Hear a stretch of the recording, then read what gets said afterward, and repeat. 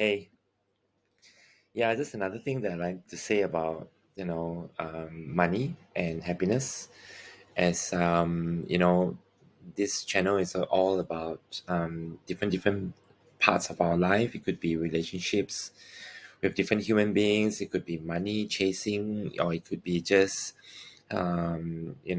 doubts, low self-esteem issue that we have, lack of confidence in certain things, or it could be some form of past that we felt we can't get over, or there's just some uncertainty about the future. There's just so many elements, that make us feel unhappy. And today I'm just going to talk a bit about the money part of it. You know, like my earlier episode, I was saying about being we just want to have a reciprocal kind of with human bonds, and sometimes when we use money to spend on others, we don't really get that reciprocation. So it's not actually a meaningful spending for us. So we have to actually kind of like draw that line. Of course, sometimes we definitely have to, it could be some days where we feel like we want to celebrate with someone and we don't expect anything in return. And by all means, you can it's good to actually go out there, have fun, and pick up the bill and for other people. So I just want to correct a little bit or qualify a little bit of what I said earlier. Doesn't mean that you go frugal to the extent of like not spending for someone. Or it could be someone that exchange with certain type of efforts. It could be your colleague who help you at work, and you might want to reciprocate by taking him or her out for dinner.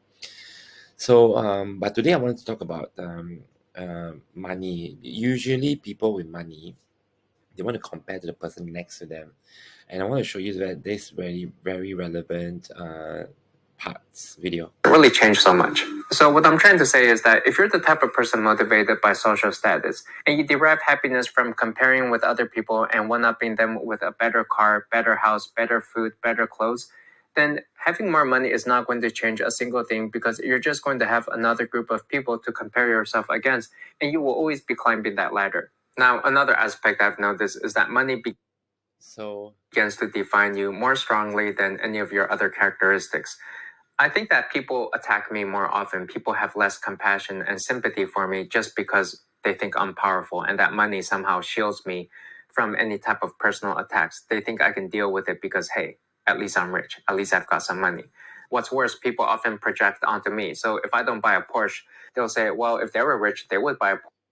yeah, so you see, there are two parts into this. As to the first part is about having money, and people you tend to want to compare to the next person, and one of the reason in your subconscious that you are chasing money is because you want to be better off than the next person, and sometimes you don't even know that you're actually having that mindset. So always self-reflect as to ask yourself why you need that. I know everyone wants a higher raise, or invest in this new business, or capital allocate into a type of crypto, and you got to ask yourself, what if you're going to earn that money? Are you going to really take 20% of that money to instead of going reinvest everything all over again and continue a basic life? Are you going to instead of you can do 50% capital reallocate, and maybe 50% to spend on meaningful experience. The second part the video mentioned was, I think, is very useful, is people's projection towards you. They form an image. Money start to become more and more part of your character, on especially on other people's mindset. Like for example, they wouldn't be saying, oh, this guy is nice guy, or this guy is a humble guy. They will probably tend to say that this guy is a rich guy first, and they would have a certain type of perception towards you as to how you should behave. You should not be going to a coffee shop having a coffee.